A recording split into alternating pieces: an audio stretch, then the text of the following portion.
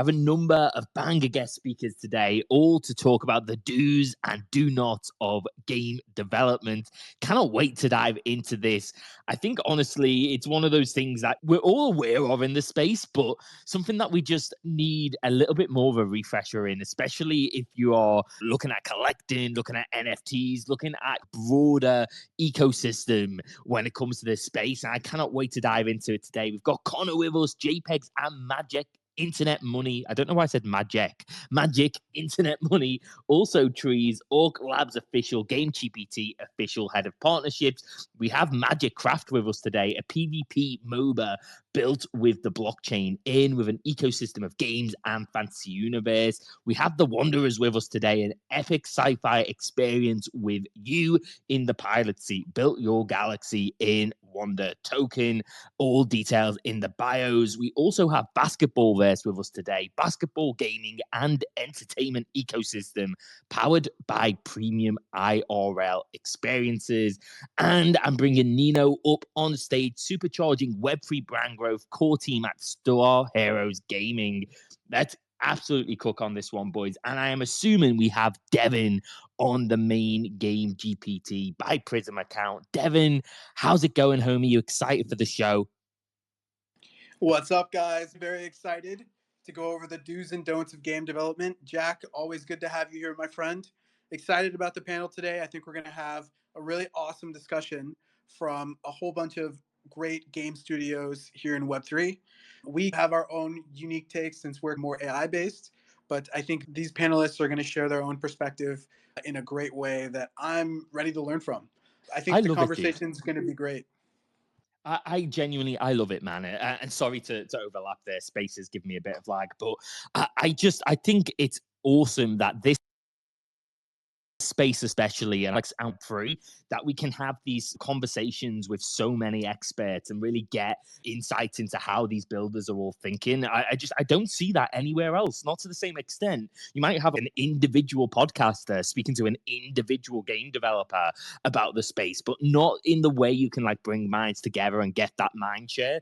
And so I'm super excited for the conversation today. I'm super excited for what you're going to bring to the conversation, and Connor over on the AI front as well. And let's just kick it off. Listeners, if you're excited for this one too, let's get the likes and the retweets of the room out. Show that support. Hit us in the comment section if there's anywhere you'd like us to go with the conversation today. I'm always checking those comments. Or just pop us a GM. If you want to say nothing else, I always love a GM. Just got back from Singapore. The jet lag's still hitting pretty hard because I think it's like 2, 3 a.m. over there at the minute. So any love is always appreciated. It keeps us all going. Look, Devin, to start off, what's your mind share when it comes to the title of today's show? If you just had to think automatically the do's and don'ts of game development from your perspective, where does your mind initially go? Yeah, I'm excited to go it around. I think everyone's going to have a unique take. Mine comes from my own personal experience and what we're trying to do at Game GPT. Obviously, an AI model that's helping other people build games, and we're going to be using that model to self-publish our own games as well. There are a ton of things we're going to talk about. I know we just got off of last week talking about a couple of things on indie game studios and what people can do and how they're rising in the community versus AAA. First thing that comes to my head is we're, as at least in my company, we're not trying to compete on like a AAA level with games. I think we're really trying to understand what people love about the game that we're building and to go all in on that. And to us, especially on the AI front, it's really about the core game loop. What is the one thing? What is the mechanism? Whether it's a fighting game, it's like the combat. Whether it's like a collector game like Pokemon, it's like how does the like collection of these type of creatures or NFTs, it's a infinite running game, like how does jumping over obstacles, moving from lane to lane, or really the mobility that someone feels within your game, that core game loop. That's really what it feels like to me. And then everything else builds around that idea. I think that is what's always led us to the games that we create. And from what we've got from feedback from our users and just from being a gamer myself, where we try to steer first. That's just top of the mind here. We're going to get into many things, but that's just it from my side. I love it, dude. Connor, do you have any additions to that? Anything that you've experienced initially working with the team, the do's, the don'ts of game development? Any lessons learned really on where you're like, yeah, maybe we shouldn't do that shit anymore? I think Devin covered most of it because it would be a lot of the same things that I've worked with the team on those same instances. I guess it's just maybe one thing that I've learned is the power of actually just playing games with your community. It seems so silly to have game nights for adults, but when any community I've gone to that has a really big Discord following, when they do co-playing game nights where the host is playing the game and then everyone else can play along in some fashion, there's just people are just like more engaged and just more energetic. It almost feels like you're in a Twitch stream versus like just doing an AMA. Like it's so weird how people collectively can bond around that, even when we're not in the same room. It's something really interesting that I've seen recently. I love it, dude. I think it's the coolest shit. It really is. Like this idea that, like where in Web 2 would you get like where you can play people behind the scenes actually developing this stuff. Like I think for most people who maybe they even I say this every now and again, but that was one of my dreams as a kid. And I'm not talking like a child, but as in 15, 16-year-old kid. It was like, oh, I want to build these things I play all the time. Seems to make sense to me that I would go into the industry that I love being in. And then the adults in the room come in and say, no, Jack, you need to be an accountant. You need a safe job. You need that. You're looking yourself higher. And all of a sudden, you get that exposure again to the development of these games, playing these games with you guys. And I think it's just special. I think it's such a cool thing about this space. And some of the biggest community members, the ones who really want to see you succeed, end up being part of the team. And that, again, this is making dreams happen. And I absolutely love that stuff. Let's go over to Magicraft Online. What are the essential steps every game developer should follow when turning an idea into a fully fledged game? Yep. Hey, hi everyone. So basically, I'll start with how these what are do's of these games, like what we think of or before starting any building any game. The idea is very simple. Start small. You cannot overcomplicate things. Like don't do over engineering. First of all. Next, of course, is a game mechanics, as it was covered by I think Jack. Yeah, game mechanics plays a very important role, and then the third is onboarding of the user. Even though your game is amazing, it has good graphics, very optimized game, but onboarding of users should be very easy. This is even one of the concerning factor in web3 games, like how we can add one click onboarding system. So even when we started building Magicraft, there was issues like onboarding of the user, and we are solving it through SD wallets concepts and stuff. Yeah, and then like even if you are building a web3 game, onboarding a web2 user who is not aware of how the web3 works, what's in which network your game is, onboarding such people. So yeah, these kind of stuff really makes sense. Now apart from all these also, Mm. like you can optimize, we also optimize a lot on the gaming performance, which is if there is a memory leak, we try to resolve that and then sort of stuff. So yeah, this is things I pretty care much about. Yeah, here like my team, I and everyone in Magicraft. Yeah. Yeah.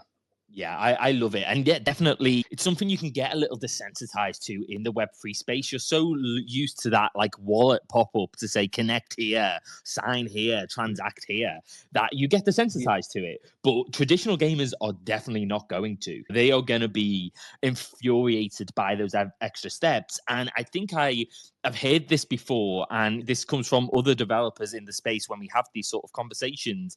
Every extra click that somebody has to do in order to get into the game is about a 50% attrition.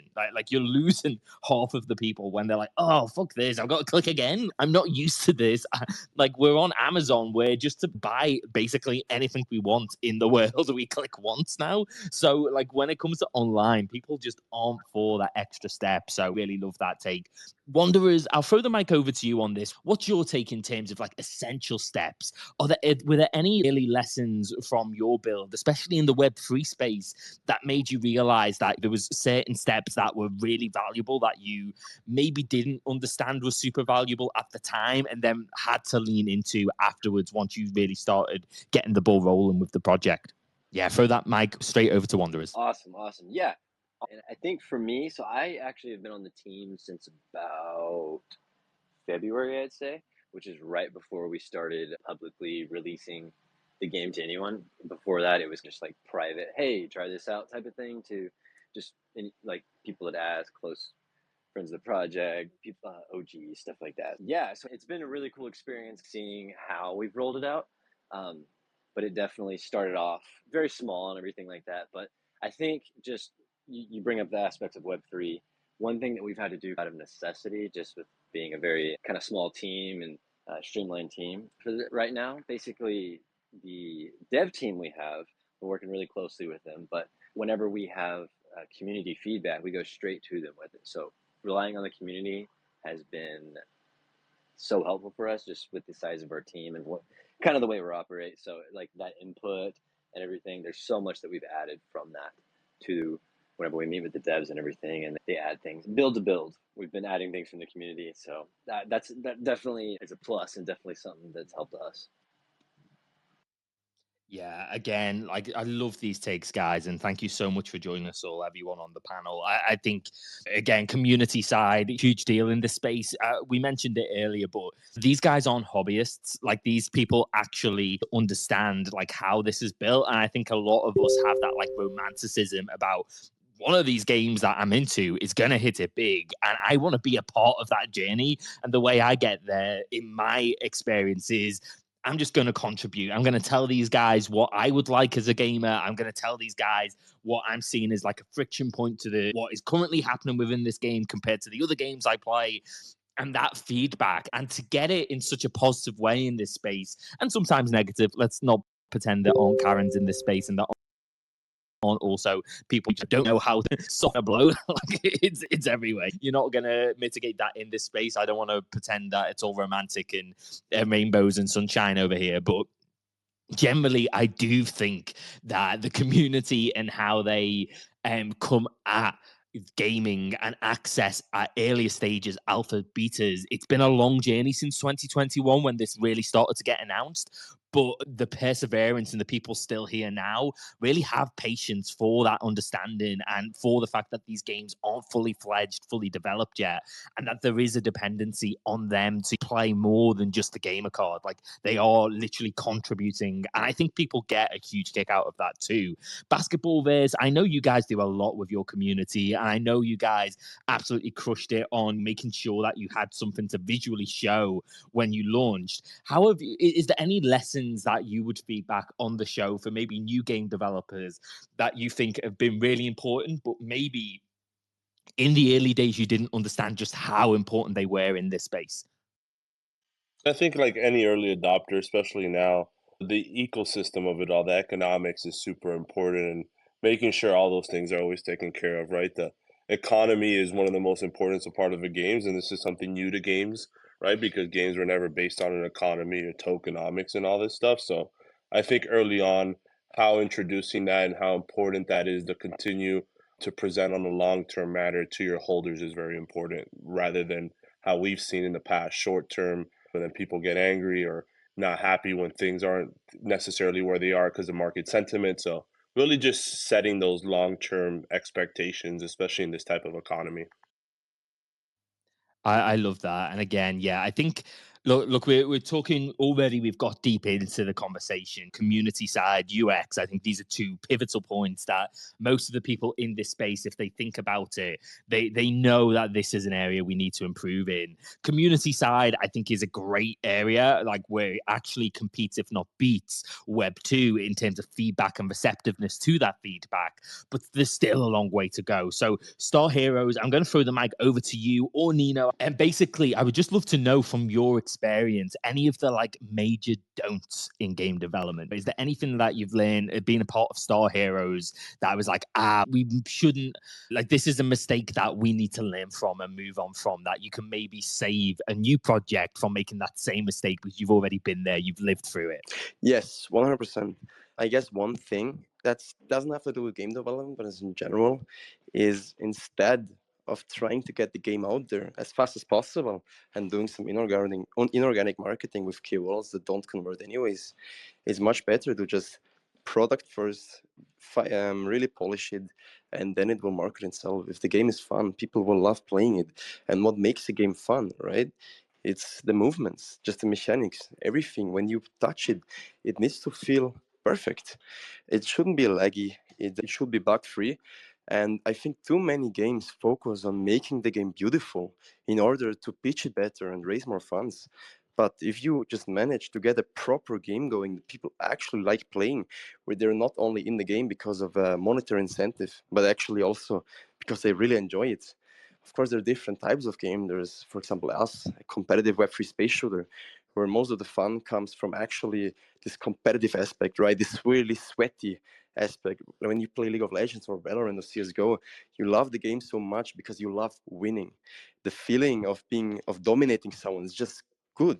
And in order to have this feeling, the game needs to feel clean. It needs to be seamless, no lag, and the mechanics needs to be perfect. So I think games should focus on having the game actually be fun and not just look good. I think the mastering the textures and making it as beautiful as possible should be the secondary aspect. I love that take. It's something I've heard as well from a couple of developers now. It's about executing on those fundamentals first, and then the aesthetics and stuff can come later, but you need the game to be enjoyable to play. So I really love that take, Nino. It was amazing meeting you in Singapore as well, homie. If you haven't followed this guy, is absolute Chad on legs. Definitely go have a look at his content, and so is everyone on stage. But Nino, absolute legend in the making here. Look, guys, I think from what I've heard so far, there's one specific thing I'd like to dive into because I think it feeds into a lot of the do's and don'ts. I think it really proves out the fact that there's a lot of gray areas, even when we talk about what you should do in this space and what you shouldn't do in this space. They can literally be the same thing, just really drawn out, really hyper focused on. You can go too far with these things, even if you should do them.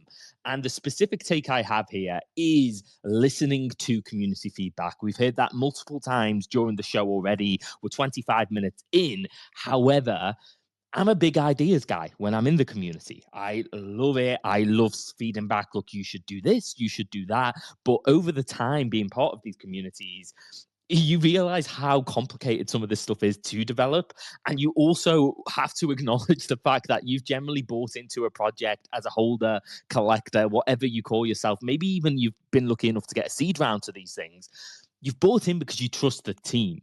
And the feedback you give, you can't take it personally when it all doesn't come to fruition a week later. So I would love to dive into how can developers ensure they're not overcomplicating the concept, as Nino just referenced here, during the planning phase, during the early building phase, where you don't look too much at the aesthetics, you don't overkill the community feedback and try and give them every single feature they've asked for all at once, and you execute on the pure deliverable of what your vision is for the game initially, and then build out on that so you have a minimum viable product as early as possible to execute on for people to get their hands on. So Devin, I'll throw the mic back over to you on this one first, homie. What's your take on that? How do you play that really difficult balance of listening to community, listening to the ideas, maybe even in the team as well, but making sure initially you're not overcomplicating the concept and you're still burning the MVP?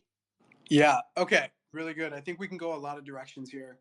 The first thing that came to my mind whenever you said, like, how can someone take good community feedback? How can someone implement good community feedback?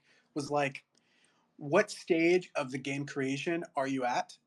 And based on the timeline of game development, I can tell you when game feedback is actually important, because there are some points where it's actually not important.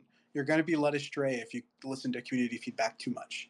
And I guess to explain what I mean by that, to deep down, to give a little bit more nuance, like the first place that I start out with, and I think you were alluding to this too, Jack, is game development in my head is art. And just reading the definition of art right here is the expression or application of human creative skill and imagination, right? To use your own skills and your own kind of innate creativity to create a game, it is going to be completely different. It may be just a twist on something that's already popular, or it may be a completely different game that people have not made before. If that is the case, I don't think community feedback is actually going to get you very far, because you're building something that no one knows that they want. The first thing that I'm reminded about is like the Henry Ford quote, where he says, If I asked what my customers wanted, they would have said they wanted a faster horse, not a car. So it's really hard to actually, like, you have to really know when community feedback makes sense. The Steve Jobs quote that says, oftentimes customers don't know what they want until a product is shown to them, is also another thing that rings true in my mind to this. So the 0 to 1 phase, when you're actually creating a game, that's when it really is just you and your passion project, or you and your team, the founding team creating this game together, are really scratching your heads together to get a V1 out that really encapsulates the idea that you're trying to put out into the world, and whether it be the message that you're trying to portray, or this new spin on this game mechanic, or this core game loop that's never been tried before. Once you get to a section where you actually have something and you're actually impressed with it, and now you want to go see, what does my community think? What are they going to see that I never thought of, because I'm not everyone plays games in their own way. Once you get to that first MVP phase, when you have something out that people can try out, alpha phase, beta phase, call it whatever you want, that's when the community feedback and like these iterations of improving a game over weeks and weeks, adding new features every time you get a good focus group or a good kind of like a demo session through, that's when it really shines out. And that is like where my mind goes, first of all. I know everyone on this panel is probably going to have other things about what they've done in community feedback sessions or what they've learned from the community. So I just wanted to impart that almost like high level knowledge, or like my own perspective on that, before we continue with the panel. No, I love it, dude. I always really enjoy the takes on stage, and that I think it could take me through so many different directions here, as you've mentioned. You know, the do's and do nots. The community side is definitely a do to listen back to them, but I think it's a great point to say, look at what stage is very important, because people get access so early to the project in this space. People use it for funding. People try and explain the concept to literally launch sometimes an NFT, sometimes a token, whatever that might be. And X, we want Y. So making sure that you still really have the blinders on when it comes to the initial product and then getting the feedback. I think that's a great take. And let's go over to Wanderers on this one. Wanderers, what's your experience, I guess, when it comes to balancing both the community feedback, but also just the broader ideas sphere, in terms of like, how do you make sure you focus on getting that MVP out while still showing that you're listening to the ideas, and that in the long term you're looking to implement anything that will better the game? No, great question. I think like initially we wanted to get, like you said, that Vitubi, the MVP, out to the point where we had a few planets out there. There's a lot of weapons. It's like where the general loop was there. We wanted that to be first and just have that solid. So we definitely had some community feedback leading up to that, but that was mainly like from the brain of Nick and the development team thing, getting that Vitubi out. And then from there is where we started to let in a lot more community input. And I wouldn't say it's fully changed the general idea of the game, because the idea is there. The inspiration is Hades. If you've played that, you can see it. But there are definitely things with some of the mechanics with the RAM, and some of the ideas with some of the planets we have. I think even this might be some alpha for anybody following us. The planets and the UGC that's coming at some point, there's been a lot of input from the community there. So definitely it's happened more as it's been more available to play and stuff like that, and as we've needed it. But yeah, I like this question because it's probably different for different people. But I definitely think like our MVP, we wanted it to be, it's definitely not a copy of Hades, but that style of game, roguelike, with cards and those affecting it like a Slay the Spire style. So I think we accomplished that with this version, and people can play now. And I'm excited to this. I think this next jump will be the biggest change for us, and it's definitely got the most community feedback. So definitely excited to see what everybody thinks of it. I love it, dude. I really just love getting the insight from you guys. It's exciting to hear developers and founders and builders really talk about like how this all got put together. Like, you guys are obviously all big enough to be on the show right now, which means the experience is there, the building is there, the tangible products are there. And I do just find it fascinating to hear like how your journey evolved over the time from like initial conception to now, which is super cool. Magic, let's go over to Magic Craft here.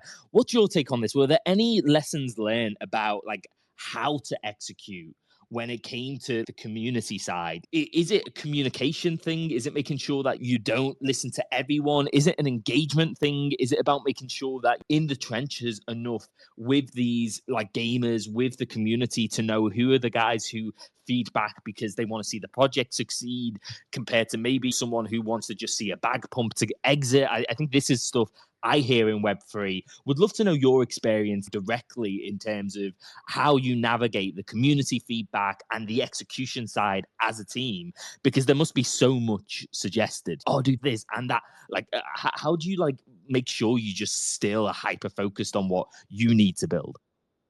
Yep. So I think from last 3 months, I will give you a few insights what amazing kind of stuff in AI we are building. It's related to very much related to game development and community, the merger of a Web3 or AI, you can say. So basically, what we are doing is we have few scrappers on Telegram and Discord, which we started building because I love to do a lot of shits on AI. So I think I started building few scrappers on Discord and Telegram, which will give us a summary report to top level executives like CTO and CEO what's going on. And also it creates task in Jira. Let's say you just send a game patch, and however your community reacts, let's say they posted few bugs, they're not okay with graphics, will create task on Jira. Now developers will pick those tasks. So we try to automate few things on the community so everyone is engaged with the community, including devs, top level executives, and people involved in the company, even it's though marketing people. So it goes to everyone, the email and sort of stuff. This is what sort of small products we are building, and apart from this, we also try to, even though I spend some time with the community to answer them directly, going inside the community, resolving their doubts. This kind of collaboration generates a lot of, I think, like, basically this generates a lot of confidence in the community. CTO is coming in and like he is in touch with everyone, resolving their doubts, directly talking to them. And I think we also try to focus on few AMA session with the community, picking up the feedback from them within the AMA session, updating them what we are building, what our roadmap is. So yeah, this is what we are doing basically, and then it give us a fruitful result. And yeah, we are like automating a lot of stuff on the community. And yeah. Yeah, again, I think this is so important for listeners to hear, for potential builders to hear, and anyone entering the Web3 space. You're not going to be prepared for the level and the volume of feedback and genuine passion over your project. If you communicate that effectively in this space, you are going to get a lot of take up and you're going to have a lot of opinions on how you should build that. So automating what you can to streamline that point, but also being in the trenches. And as you mentioned, like really showing that level of attention when it comes to the feedback and the understanding of that feedback, and the fact that you've actually seen it, receptive to it, and you're working broadly on how that all fits together and when on the timeline these sort of things can be executed on if they are good ideas. So important to make sure that you're communicating that outwardsly, whether you're doing it all, actioning it all straight away or not. Just communicating that you're receptive to it, you have places for that feedback, whether it's short term, mid-term, long term, is so effective. And you're going to get a lot of people super passionate sticking with you just by you acknowledging the feedback, not even executing on it. But yeah, I love these takes, guys. As a Web3 company, we have to figure out who are our real community people, like who are like, you 100%. correctly, you need to incentivize people who are engaged more towards the community, because some people can can stay only for tokens. Some people really wants to push your project. So we are also trying to build few, let's say with these scrapper, we are figuring out who are more attentive people. We are giving them a AI score. Our all community people, we started building these kind of stuff apart from game. So we will know, okay, these are the people who doing some trying to push the project. So next time we can incentivize them, because like these all, it's not, I think it's a mutual relation which you have to also maintain. You have to incentivize them correctly so they will more be engaged towards your project. So yeah, so I believe in this. So yeah. I again heavy agree with this. Like, you're going to have to relentlessly engage with that community. But if there's like key indicators that show you someone who's not just there for the tokens or the payoff, but also genuinely wants to see the project succeed and is in it for the long term, that feedback's going to be different. And both stages, look, if you've launched a token, you're going to want feedback from the people who just want to see the token succeed. It's not to say we're ignoring those people, but then when you want the gameplay side, you also need to make sure those two pieces of feedback are separated out by understanding your audience, your community, who it is, and making sure you're building towards both those things, short term and long term. And you can only do that if you understand what the feedback is set out for. And the person isn't always going to tell you that. Like, the individual's not going to say, hey, can you make my bags pump really short term? Here's some feedback. They're just going to give you that feedback. So you need tools in place, or you need engagement in place that really irons that out for yourself as a project. This is, again, really loving these takes, guys. Let's get the likes and retweets out of the room if you haven't already. If you're enjoying the show, really easy way to show support. And then if you've liked any of the individual takes up on stage, make sure you go follow these guys. Honestly, you could follow this whole panel. Your feed will be better for it. Like, these guys are all building for the long term. They're all here, giving their experience and time on a show like this. What more do you need to know to, go follow them? Let's go over to, who should we go to next? Let's go Star Heroes. Star Heroes, what are like the key qualities to look for when building a team in the Web3 gaming space? Like, how important is, say, chemistry versus individual skill? Hey, yeah, thanks for taking me up again, Jack. Fucking legend. Also, thanks for the kind words before, man. I had a great time with you at the conference. But to get back to your question, I think when you want to build a gaming project, it's good that the team is full of gamers. I see a lot of projects out there, they just join the gamified narrative because they think there's a lot of money in it and hype, and they just want to ride the wave. But they have no idea about games. And also the developers. In Star Heroes, we are very lucky that all of our devs are actually gamers themselves. Some of them are ex-global elite players of CSGO, so they really know how a competitive game should feel like. Also, what's just super bullish is that back then, when they finalized the early access of Star Heroes, they actually spent time after their shift and went into custom lobbies and played against each other because they thought the game was so fun. I think having a team that actually loves playing games and understand what makes them fun and what the community, which are also gamers, want to know, I think that's huge. And I don't think that many teams actually have this. What was the other question again, Jack?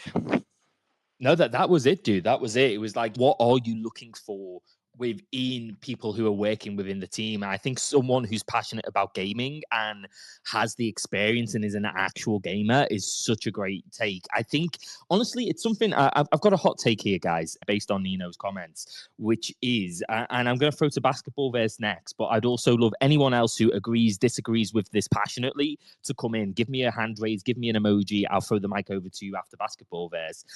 My take is that you really need to allocate time for your developers and for your staff to actually play games. You need that time built into the calendar, because we can get too wrapped up into the build of our own projects. But just if you're writing a novel, the idea that you don't read another book within the time that you write a novel, or like the idea that when you're creating a movie, you don't see other movies. I think it's something that's creativity, and you're going to of where the space is going more broadly. If you don't have actual gamers within the space themselves, I'd love the hot takes on this one. I know there's little enough time as it is to build a game without me giving you homework and saying, look, you've got to play a game at least for an hour, a week, a day. I don't know the specifics, but I think it's important that you do get those trials out. Because what you said, I really fuck with that on another level. Because what we at Star Heroes actually did a lot was each week, right before season 1, we had a team meeting call where we always had 2 teams, 3 versus 3, and the teams played against each other. And it's not just only that the devs got a feedback from us, but also that it was super fun, and the team, it got welded together almost. So I really agree with what you said of the team having to play the game itself, because then you know how to market it better. everyone just understands it much better. And also one thing, at season one, our founder, Pen Paragraph, I think many people know him, he was actually very addicted. He was in the leaderboard in the top 10. I think he was placed number 6. He was also really good because he's an ex-CSGO player. And that was also something really bullish because you hopped in the lobby and the chance of meeting Pen Paragraph were actually quite high. And you just played against the founder. You got destroyed by him. He's very good. But still, I think really also the founders being on the forefront and showing the community that they love their own game is something super important. And I still remember Pen Paragraph having a lot of fights with his wife back then because he was so addicted. That is incredible. What a degen, what a legend. And there's no way that doesn't support the personal brand. Like, it doesn't, like, people are going to play that game just to play with this guy. I think that's special. But Basketball Viz, what's your take on this? Should we be trying to iron out at least some time in the working week to actually play some of these games that maybe they've got some connection to what we're building? Maybe they don't. Maybe they've just like really high trend games that we can learn from. Or is it ridiculous to think that anyone is going to even have a second when building a game? Am I just out to lunch on this take? Would love to know what your thoughts are. I mean, first of all, I need you to 1v1 me in Star Heroes. That'll determine how much you played the game and how dedicated you are. So we'll figure that out soon, my friend. I don't think I slept since Token, just so everyone knows. So don't mind his excitement over there. But with that said, I think for us, if you're not playing your game, what are you building?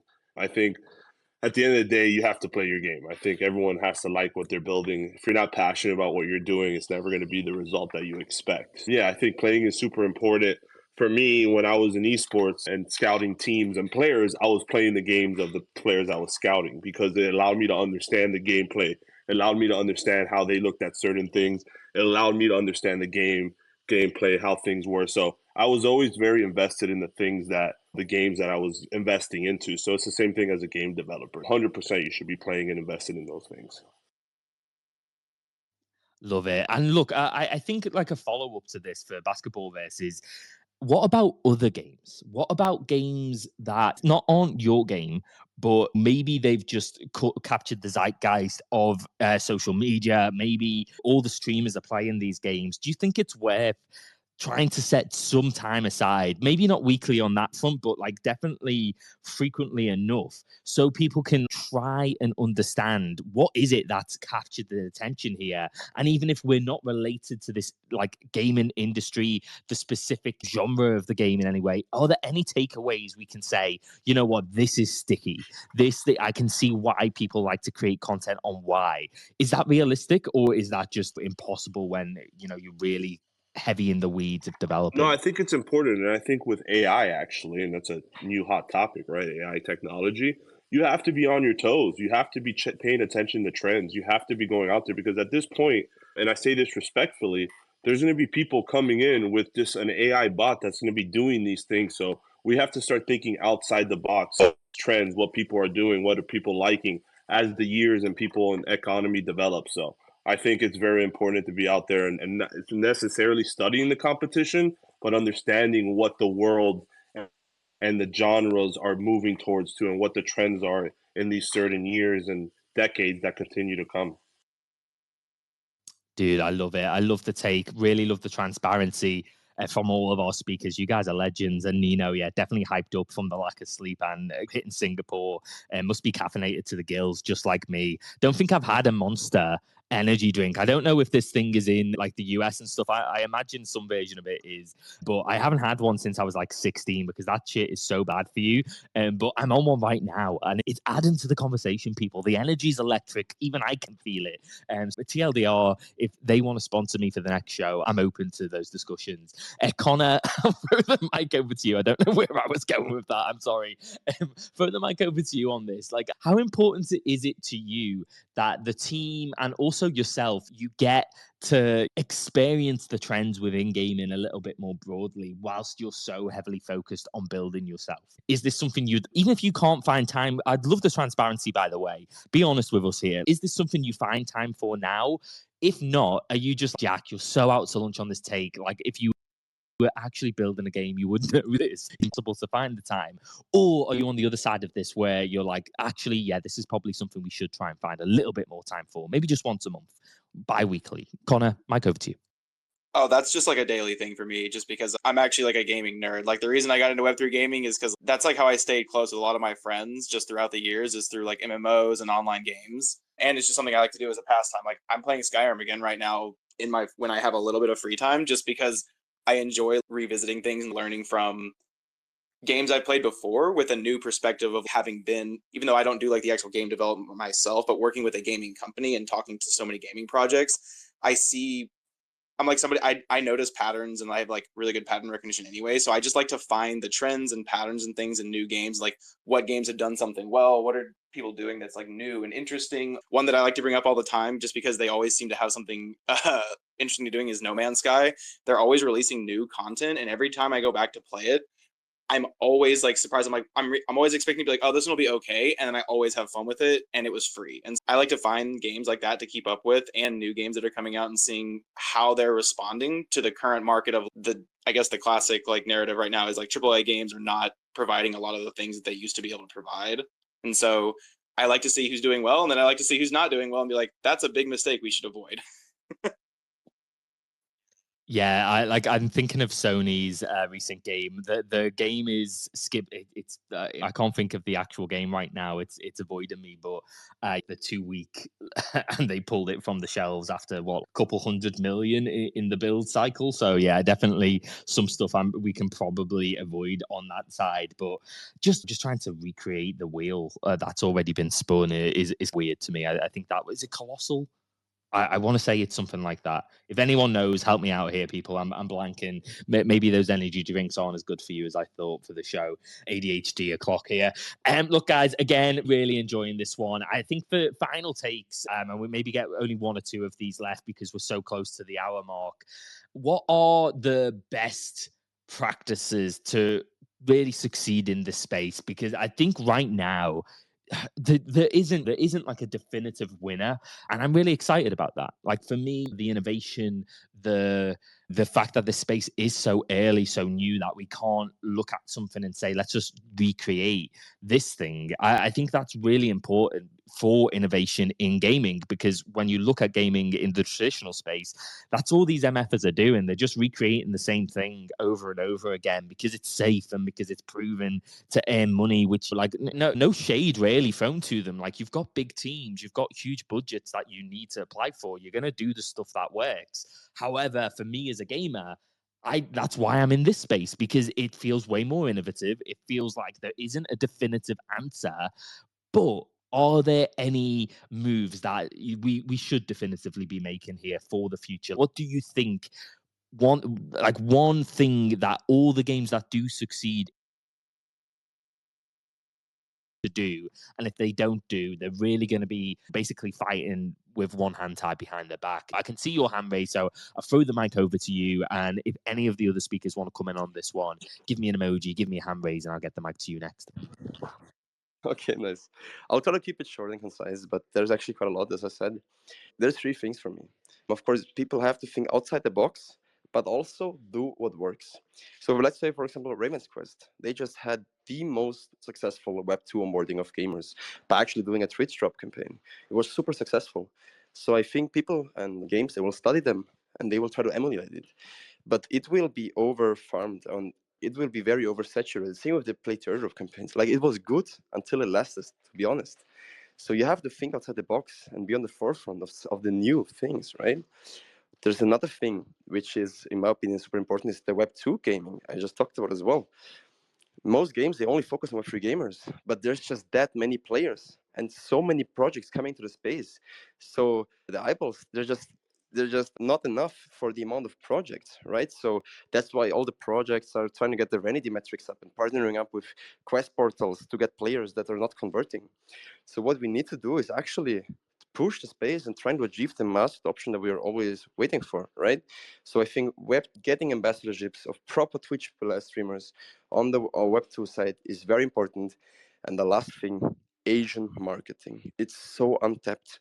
Many people, like everyone, thinks that everything is happening on X. It's a book. I think 40%, correct me if I'm wrong, but probably 40% of everything on crypto related happens on X. The other stuff happens on WeChat and Telegram. And I heard this actually in a video of Leon. The Asian market, the average mobile Korean gamer spends 10 times of the amount than a Western or an A player. And it's just so untapped because it's hard getting into the Asian market because most of the games, they just like to work with an agency. So what they end up doing is very unorganic marketing, just helicopter money, because the agencies don't give a shit. They just like to take their commission. They don't even need case studies. So no one really tries the organic approach. But what if a project actually manages to get a partner that makes the proper intros and does everything in-house? If any project is able to do this and tap into the Asian space just as much as in the Western space, that would be so huge and also very lucrative. Because as I said, Asia, this is where the whales are at. We've seen it with the IMX launch. It's a 30 when it comes to market cap. It launched at the exchange. I feel it was a BitGo or BitThumb, something like this. And it got just on the day of listing plus 70%, which just literally shows the amount of buying pressure from Asia. And of course, they love the games. They're not only buying stuff because they try to get a return from it, but also they love collectibles. The culture in Asia is just much more different, and they love games much more than we do. So those are the three things I think: Asia marketing, Web2 marketing, and thinking outside the box. If a game manages to nail all these three, they're on the forefront and will never be left behind in the dust.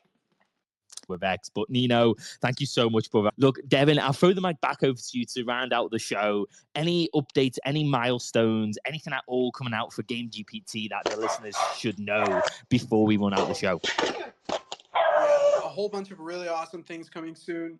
As everyone knows, if you've checked out our pinned post on our profile, we're in Game GPT Summer. We have a ton of things that are launching very soon. Next month is the month where our app is going to be launching. I revealed in our last AMA that our app is going to be in the Apple App Store, in the Google Play Store, in the Samsung App Store, and then I just spilled the alpha. We're also building a Telegram app for all 15 of our AI games that are going to be launching with V1 of the product in the arcade. So really happy with it. There's going to be an amazing wagering and jackpot system that's going to effectively be the incentivization layer that sits on top of everything within the arcade. People are going to be amazed about everything that we're doing for the month of October. A few weeks after, once we have our initial users and everyone has a good understanding for how the platform works, we're going to be launching our NFT collection that is effectively going to supercharge the platform. The NFTs are going to serve as the game passes for a lot of the games, but also give additional incentives and actually add stats to all of our games. Each of the NFTs are going to have a strength, a dexterity, an intelligence, a speed, and a luck component that are all going to play into the mechanics inside of each game. I think it's going to be an amazing time. We have so much going into the end of the year that people are going to be excited about. So that's where I'll end it. Everyone, it was a great panel. I really appreciate it if you spoke. And for those of you who listened for the last hour, I can't thank you enough for giving us the time that you'll never be able to get back. I hope you learned something and you had a great time. Absolute banger. So I have nothing more to say than exactly the same thing. Thank you, all you guys, speakers, listeners, legends. And that sounds dope, dude. Congratulations on the Telegram side, on everything you guys are cooking up. It's gonna be awesome. I just can't wait to see more of it.